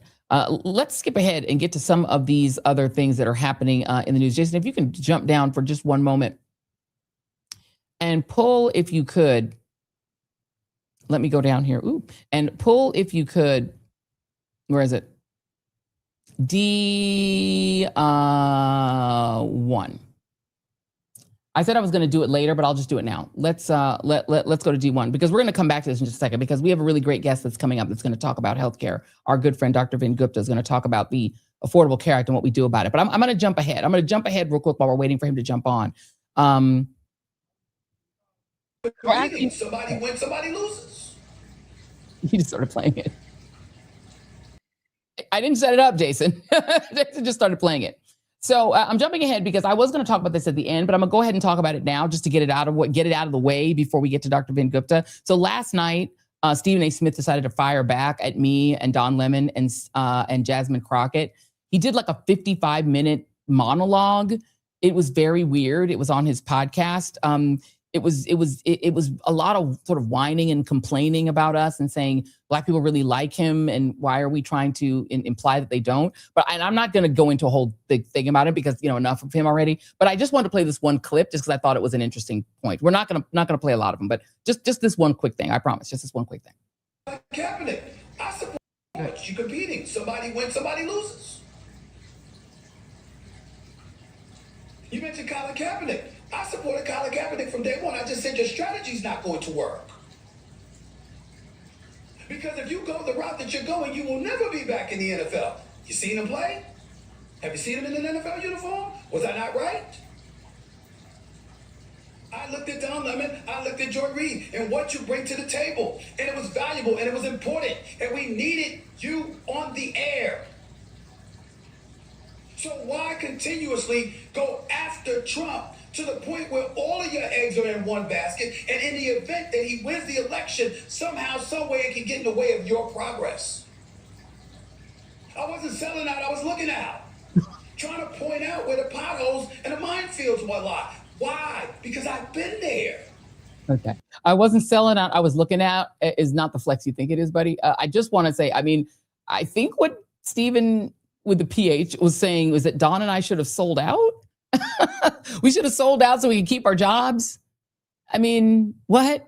I'm just saying that if I needed to kiss Donald Trump's ample posterior in order to stay employed in mainstream media, I'd much rather be fired. Thanks a lot. He also had some words for Jasmine Crockett, but I think we've seen and heard enough from him. So just wanted to throw that out there while we're waiting for our guests to come on because get it over with. But I just want to get it over with. But it is a weird thing. He's like, you should have been nice to Donald Trump sometimes so that you could keep your job. That was weird. Let's go to D2. Donald Trump flipped off an auto worker who called him a pedo enabler. That's D2. Can we show that?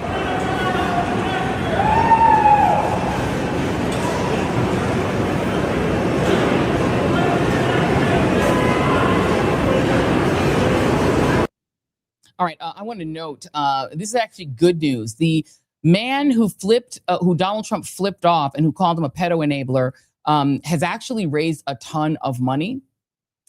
He's raised $500,000 in his GoFundMe. And per the Detroit Free Press, the Detroit Ford Motor worker suspended for heckling Donald Trump, who in turn, they said appears to have, no, he did, gave him the employee the middle finger, is getting plenty of support from his friends. 2 GoFundMe pages for the suspended Ford employee, identified as TJ Sabula, have raised more than $500,000 as of the afternoon of January 14th. $684,399. I was going to say that to the end, but we'll give you that little good news right now. All right, let's go ahead and introduce our guest because we want to talk about what's going on with the Affordable Care Act. Hold on, just getting set up. Okay, we're going to get him set up. And just to reiterate what's going on with the Affordable Care Act so that you guys understand what's happening there, is that we are awaiting the United States Senate taking up the bill that was passed by the House to try to extend these Affordable Care Act subsidies, which were not gotten together when the United States Senate, during the government shutdown, there was supposed to be a demand that the Affordable Care Act subsidies get reinstated. It was a cost of just $300 billion versus the trillions of dollars that we're spending on this giant tax cut. It didn't happen. The 6 senators gave in, reopened the government without a pledge to renew those subsidies. The House has now passed them, and now it's up to John Thune in the United States Senate whether they even take it up at all. And we have no idea whether that is going to happen. All right, joining us now is Dr. Vin Gupta, our friend, pulmonologist, prominent public health expert, leader of Midas Health, which is part of the Midas Touch Network. Okay, Dr. Vin Gupta, let's talk about what happens without the Affordable Care Act subsidies and what could happen if they get renewed, please. And welcome again. Joy, thank you so much. I love being on back with you, my friend. So yeah, a really important question. What's going to happen? We suspect that the subsidies will not be extended, as you rightly pointed out. The House has passed a bipartisan framework for a deal that would extend subsidies for these Obamacare ACA, Affordable Care Act, marketplace exchange insurance products that basically have given 24 million Americans a lifeline to healthcare. The Senate is not expected to approve that. They are talking about health savings accounts and pretty much a bunch of nonsensical policy options that would give Americans $2,000 joy to their health savings account. It may be outside the scope of our conversation today, but basically that is not a policy. That's not a substitute for actual health insurance. As anybody that's been in a hospital knows, $2,000 does not go very far. So don't be fooled by sending checks to Americans in lieu of actual solutions for healthcare insurance. So we expect, Joy, to answer your question, that people will, between this critical period, January to February, we've already seen about 1.5 million people that had insurance on the exchanges not sign up again because they saw the premium hike going from December to January. There's going to be, we suspect, a greater proportion of people that said okay to January, but will feel that it's unsustainable entering February. So, at least a few million more Americans off the rolls. And I think what's really concerning, and as just for your audience to keep a lookout for, especially if they're impacted, going from a silver tiered plan, there are various shades of metals that are used to describe the different qualities of health insurance plans on these ACA marketplaces. Going from a so-called silver plan to a bronze plan is what a lot of people will do, but it's not going to actually, the economics of it are not fantastic. The premiums are lower going from silver to bronze, but the deductibles are far higher, Joy. So we're talking about, say, $10,000 for somebody to actually pay out of pocket if they have a pregnancy, tens of thousands of dollars for hospitalization. So it's high deductible health plans. And if you're paying more than 5% of your gross annual income to fund your deductible, that's under insurance. That's what we suspect a lot of Americans will pivot to. Let's put up this first graphic here. And this is on the access and affordability and what you can do if higher premiums forced you to drop your coverage. Because to your point, it may feel comforting just to have some insurance, even if it's the sort of bargain basement, but where you save money on the front end, if you, God forbid, something happens, you get hit by a bus, you have to go to the ER, or you have a baby, or you need to go to the hospital for some reason, you're going to pay a whole lot more. So walk us through this on what people can do if you feel like I can't afford it at all. I think I'm just going to drop my coverage. Yeah, that's exactly right. I mean, you phrased that beautifully. It's really the summary here is front end, you might pay less with a premium, but if you need healthcare, and pretty much all forms of healthcare are expensive, you're going to pay a lot more with that deductible. So what can you do? I hope none of what you and I chat about will ultimately be necessary if Congress gets its act together and passes an extension. But in lieu of that, what can you do? So first of all, see if you are newly eligible, Joy, for Medicaid. This is a year-round enrollment process, and I think that gets missed by a lot of folks because we don't talk about this. Medicaid, you can enroll at any point in time within the calendar year versus open enrollment for, say, employer-sponsored health insurance, where, as some of us may be familiar with, there's a specific period towards the end of the year that you can actually enroll yourself into a different form of health insurance, or for the first time. Medicaid, it's year-round. Once there's these premium changes, you might find yourself newly eligible for Medicaid. So that's something to consider. After, let's say, for the 1 million people that already decided that they're not going to sign up for an exchange health plan, once you say no to re-enrollment, Joy, you have 60 days. It's called a special enrollment period, where you can say, you know what, I can't do the silver plan, but I can do the bronze plan. So that's that high deductible health plan that we just talked about. At least consider it, because to your point, some coverage for catastrophic healthcare expenses is better than nothing. I agree with that. You have 60 days to make that pivot after you say no to re-enrollment. So keep that in mind. What about, if none of that sounds like a great option, what else can you do? Federally qualified health clinics, Joy, across the country. They pretty much exist in every zip code, or close to every zip code in the country. FQHCs for short. These are just incredible bastions of primary health care for communities across the country. And they serve largely an underinsured, uninsured Medicaid demographic. where basically care, you pay what you can. So care is priced to your ability to pay. It's sort of a utopia that doesn't exist in the broader American healthcare system, but it's amazing health coverage. I provided care in some of these FQHCs. I've seen this up close. These are incredible places. And I think a lot of people just don't know about them, but FQHCs for sure, look and see if you have one near you, you should. And they, again, charge you based on your ability to pay, but the quality of care is not in any way compromised. Another thing to keep in mind, if that's not an option, or say you have an alternative, maybe your spouse has employer-sponsored health insurance, maybe they're newly eligible for Medicaid or the special enrollment period piece where you go from a bronze to, or from a silver to a bronze plan, exhaust all your options. One thing I think often does not get done is how do you make your medications less expensive? So this is where I'm a pulmonologist. Go from a bunch of people are on expensive branded inhalers for their asthma or COPD. Ask for a generic alternative. Go from 30 to 90 days. That tends to be cheaper. There are ways to make your medications less expensive. But again, Joy, none of these feel like great solutions because they're not. These are stopgaps, and I hope they remain stopgaps. And this is another question because Planned Parenthood, I know when I got out of college and didn't have insurance, used to provide some of that gap care. And, they do everything from mammograms to, you just go in there and get a checkup. Those are closing largely. So those are largely gone, right? Where would you find these clinics? And are they being attacked in the same way Planned Parenthood was? Because the right wants to make sure that no clinics are providing abortion care. That's such a great call out. Thank you for doing that. It's right. Planned Parenthood is being basically its entire operations for basic primary care, women's health, not even related to abortion care. All of that is being put at risk because they provide abortion services when somebody might need them. And what's the substitute? In some cases, it is the federally qualified health clinic in that community, but they only have so much bandwidth.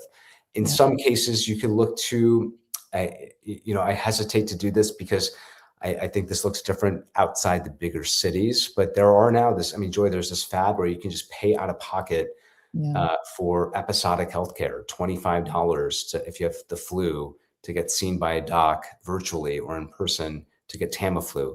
It's not ideal primary care by any means, but it is filling the gap. And there's, but it's not something that I would want people to rely on longitudinally over time.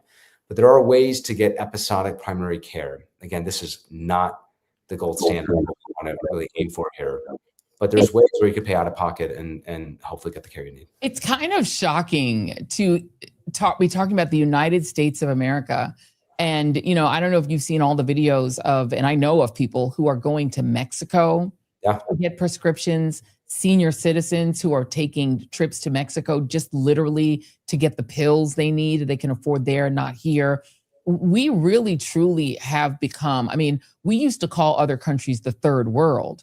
We're the third world. We have a healthcare system that is dependent on one person, Donald Trump, giving permission to 100 people in the United States Senate, or at least 55 of them, to please allow the citizens he's supposed to be the president of to not die of treatable illnesses. We're going begging at this point. This is embarrassing and pathetic. It's well said. It's the whims of, I would add, not only the president, but then obviously his HHS secretary. It's the whims and the ideologies of just a handful of people that are dictating what we should be eating, what vaccines we should be getting.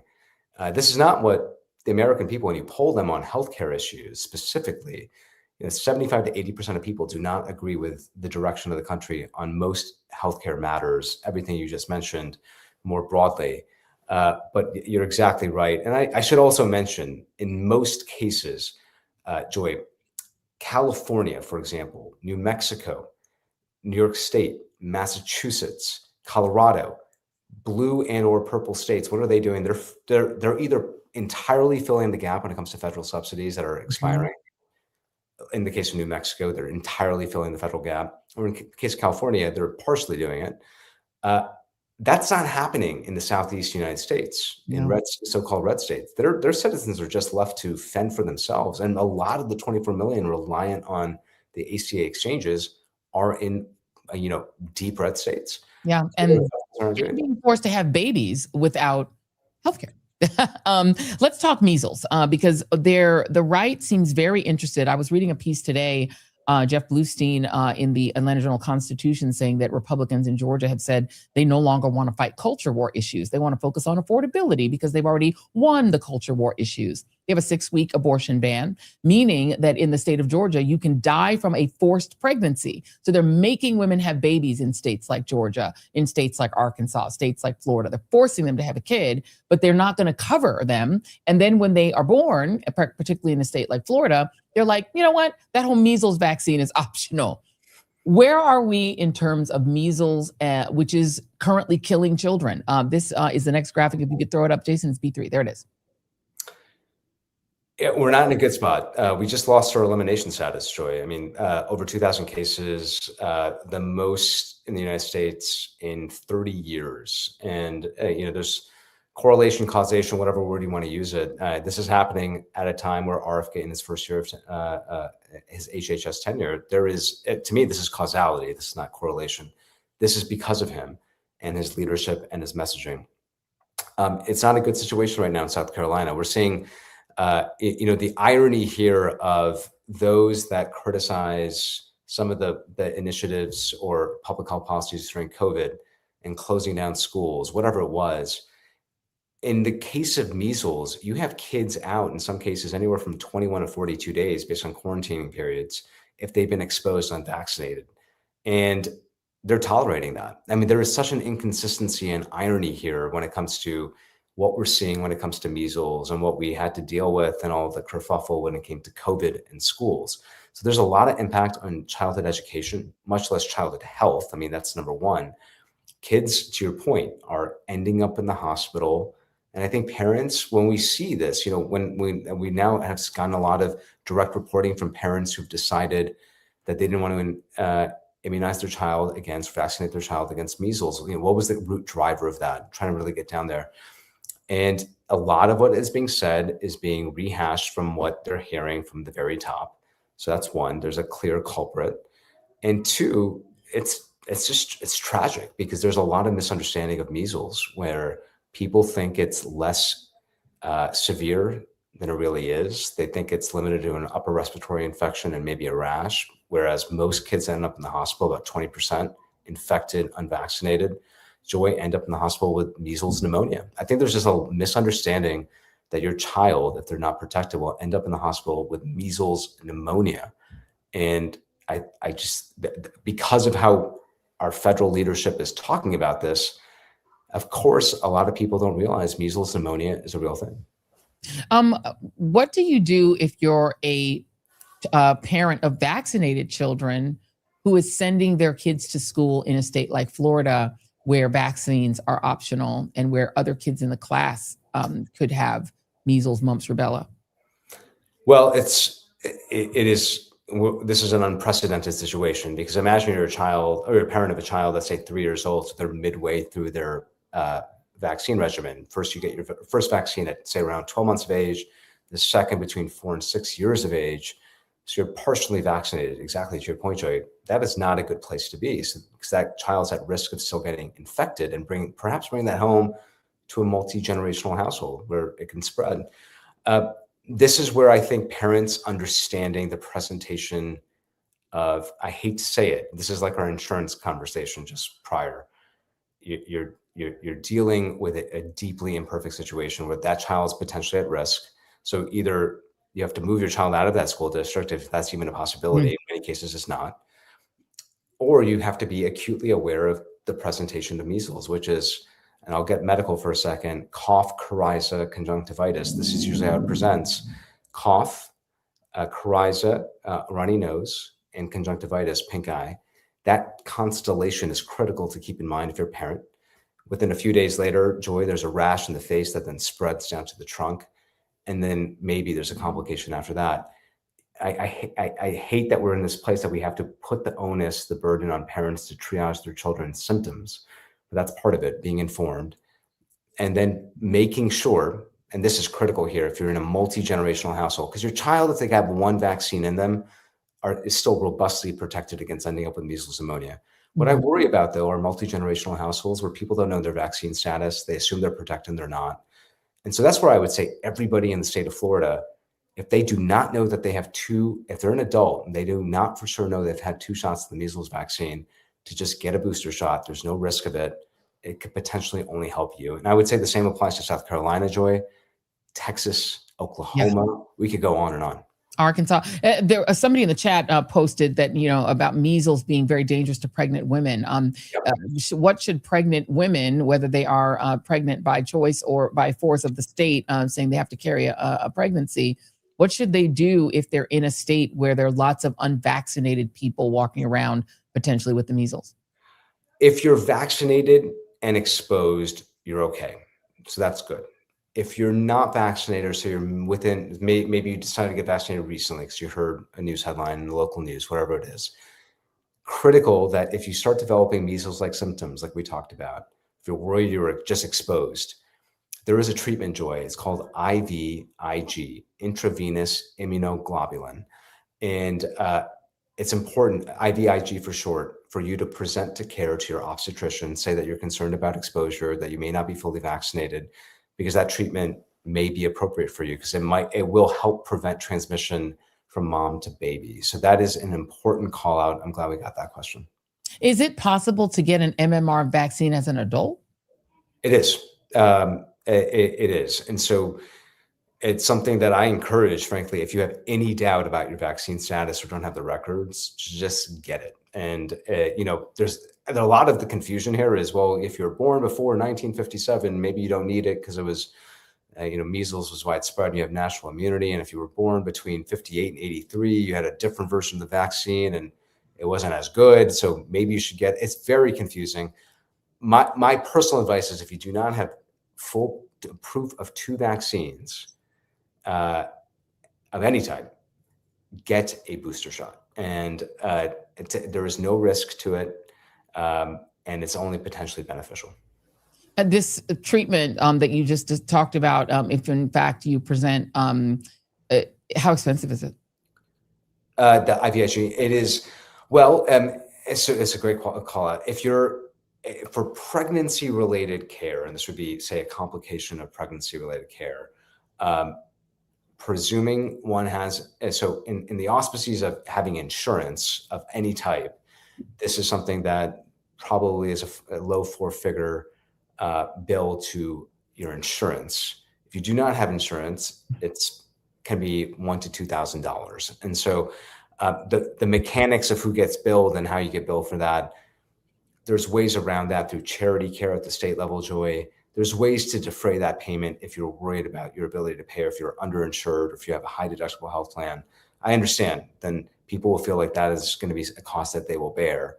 But there's ways around that. And I would encourage everybody, if they're worried about that, first, please do not delay care.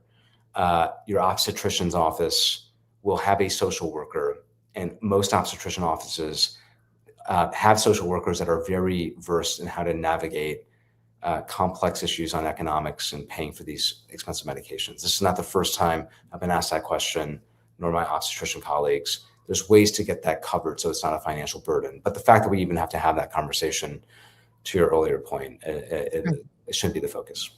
Did you ever think when you were going through medical school and becoming a physician, becoming a pulmonologist, that you would be living at a time in the United States of America where Americans were dying for not being able to afford their inhaler and they had asthma, or dying of the measles, or their children dying of the measles, and the measles being rampant in the United States? Did you ever think that we could possibly recede this far? I guess, Joy, my take on that would be, I'm in my early 40s. I've been practicing now for, better part about 16 years, some form. And I've only known the American healthcare system to be a for-profit entity.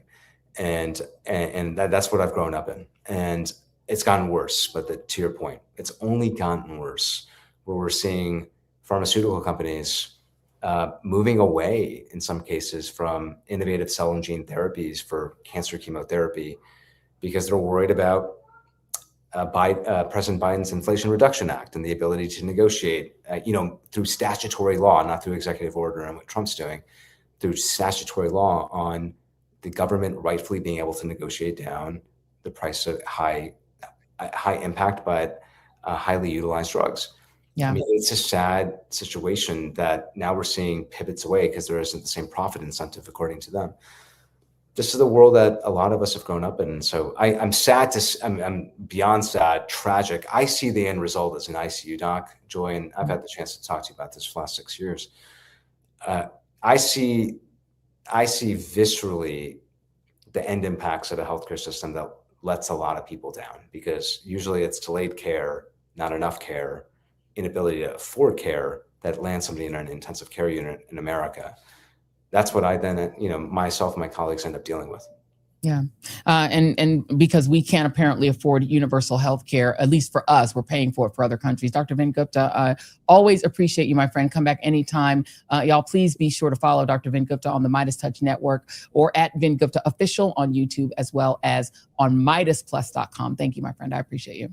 Thank you, Joy. Thank you very much. All right, let's take a look at what is happening in Iran and what the regime leader in our country has been banging on about regarding it. And that is C1, whenever you've got that ready.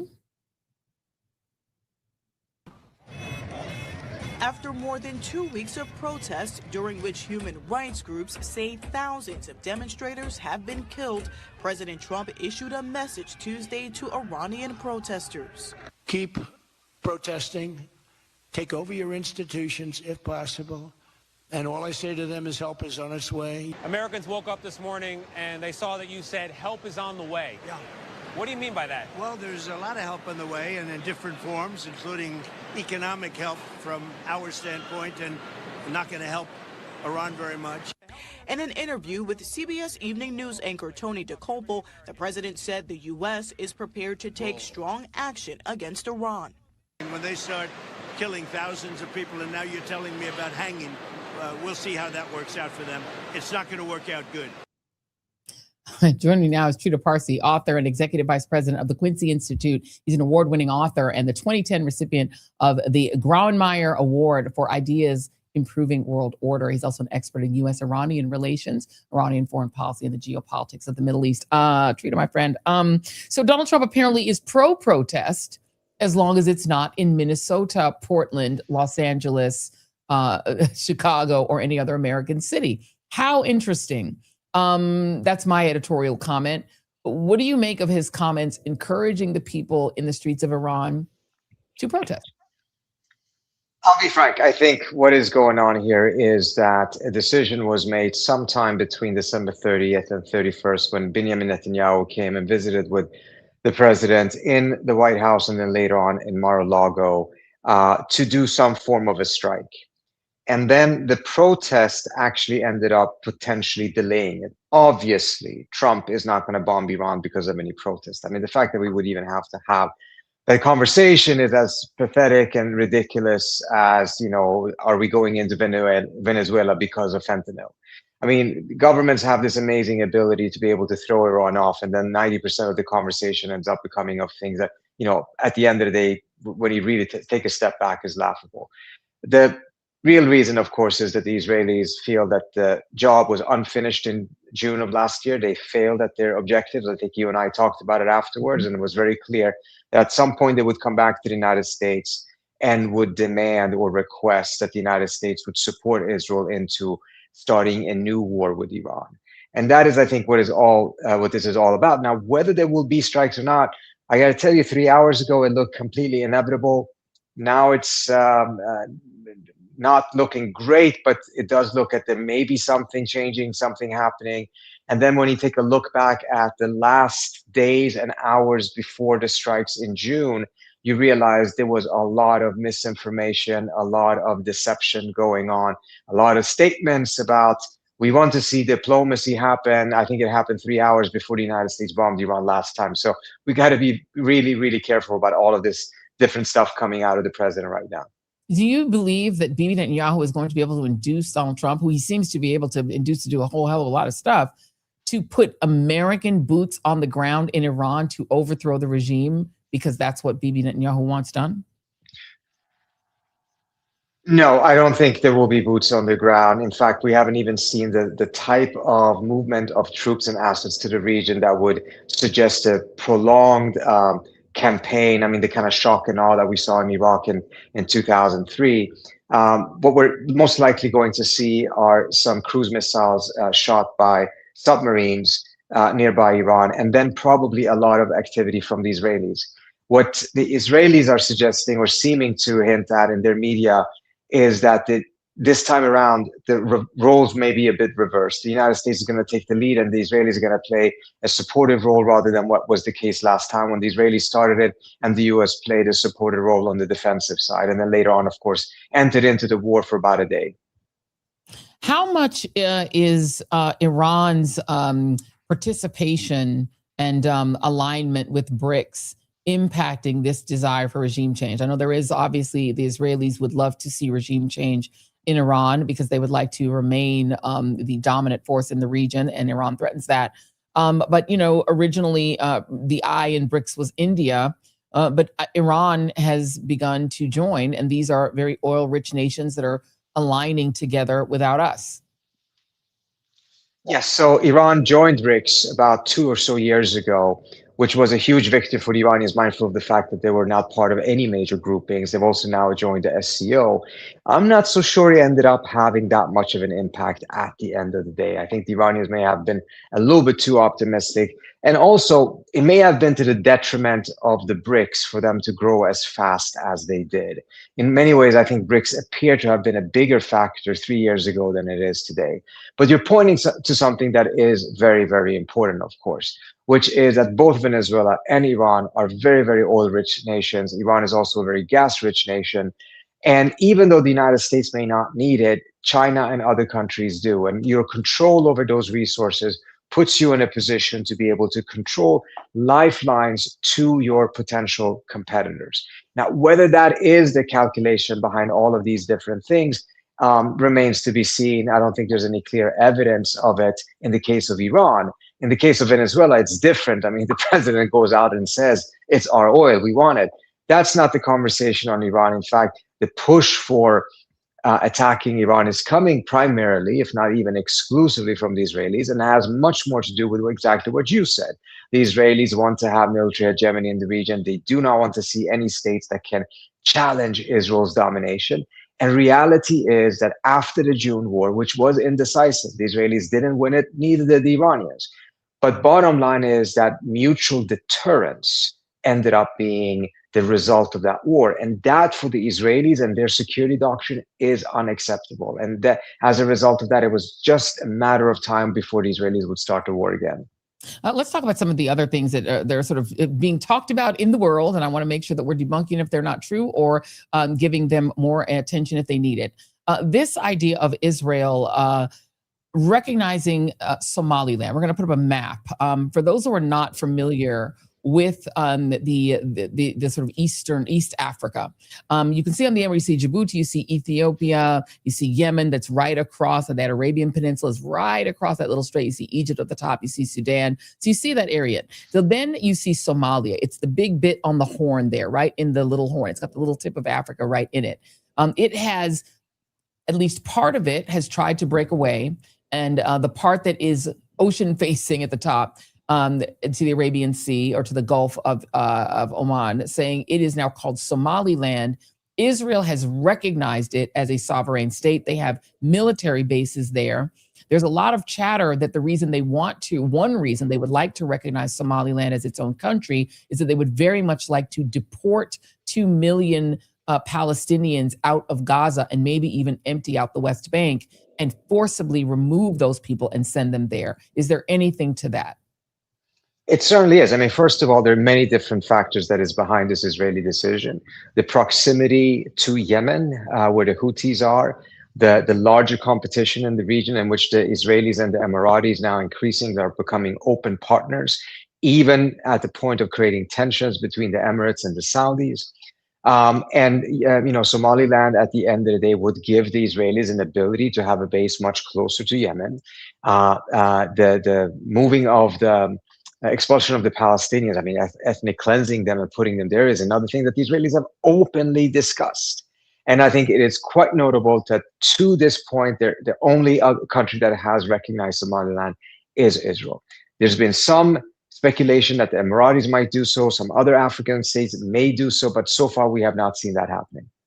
Do you suspect that the demonization of Somali immigrants in the United States, that part of that is, number one, laying the predicate for deporting people from Minnesota to their new friend Somaliland, right? But also establishing sort of a hatred of this group of people as part of a kind of a larger push to make Somalia, I don't know, sort of war-worthy in order to advance what Israel wants to do. It seems a very complicated sort of way to do it, but demonizing Somali people just seems very particular.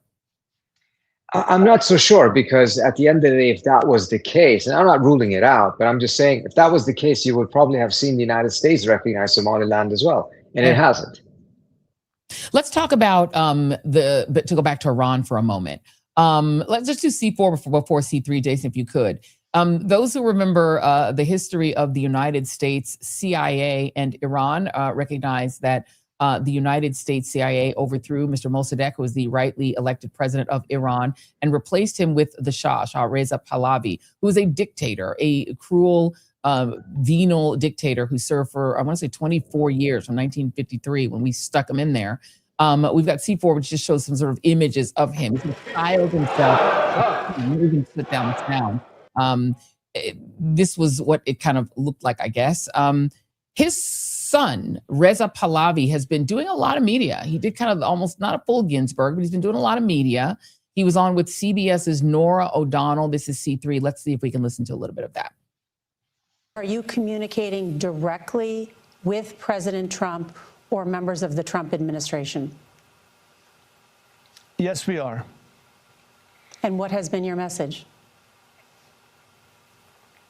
I think the president said it best. He said, we'll see what happens. And I think part of the consideration is that they already know what we propose as an alternative, as a transition. Right now, the focus is on the immediate issue. I think the world is waiting to see in what way the Iranian people will see that they are not alone in this fight, and that the regime that has dared a response will probably get an answer fairly soon. And that's important to embolden a nation. Look, any campaigns of liberation has occurred at the time that the world finally took the side of those people vis-a-vis oppressive regimes. That put an end to apartheid in South Africa.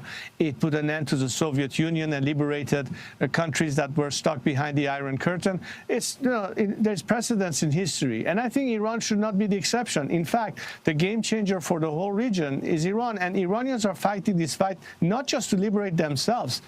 They know that as a result of Iran's liberation, the whole world will breathe easier, that the stability that the whole world is looking for will finally achieve. Because unlike this regime that has always hated America and its allies, the Iranian people are supportive and want to be a friend of America and the rest of the world, of course. So I don't think you can argue with the idea that the people of Iran deserve liberation from the regime that is oppressing them, oppressing women. There's nothing I could really say to compliment on that regime. But how ironic that this person styling himself the crown prince, who's the son of their former dictator, being the one to carry that message. I find that weirdly ironic. What are your thoughts? I do agree with you. First of all, on your first point, that this is an extremely repressive regime. We have seen at least, I would suspect, 2,000 people getting killed in the last couple of days when they clamped down, when they shut down the internet entirely. What the US government told me 2 days ago showed that the count was 1,600. I personally think it's probably a bit higher. There's some other numbers thrown out there that I'm not sure if it's been validated. But there's also been hundreds of police and Basijis militia members that are pro-regime killed, which is also something very new, because we have not seen that level of violence against police before in these protests. The protests have always been overwhelmingly peaceful. They probably were here as well, but there seems to be an element within the protest movement that is not. And Again, whereas the Iranian government always says that Israel is behind things or that the US is supporting protesters, and oftentimes you can just dismiss that out of hand. This time around, it's a little bit more difficult to dismiss it, mindful of the fact that the Israelis openly say that they are involved in these protests, that they have armed the protesters, et cetera, et cetera. That may be something the Israelis are saying as part of a psychological warfare. And it may not be true. It may be just something they're saying to further throw off the Iranian regime. But nevertheless, it makes it more difficult to just completely dismiss the idea that some of this stuff, some of it, and I want to really emphasize, some of it may have a foreign component in it.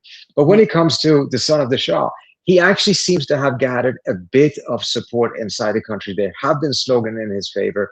He did call for evening protests that seems to have been responded to, even though he was not the only one. But he's also called for other things, such as oil strikes, in which there's been zero response to. And I think also that we have to ask ourselves, to what extent is this expression in support of him a way to really insult the regime, which the protesters obviously wants to do, mindful of the repression that they face? And to what extent is just, or is it really a desire for him to actually come back? And the challenge he has when it comes to getting the support of the Trump administration is that he has so far not been able to show any capacity of being able to say that the security forces in Iran would end up defecting to him, would be loyal to him, so that there actually could be a transition. This is a key test of the case he wants to be serious. He has spent far more time making sure that he's close to the Israelis than he has been able to spend time actually being able to generate defections from the regime. The idea of him essentially putting himself forward, what, to be a puppet regime to the Israelis and the Americans, that doesn't seem like that's a winning strategy.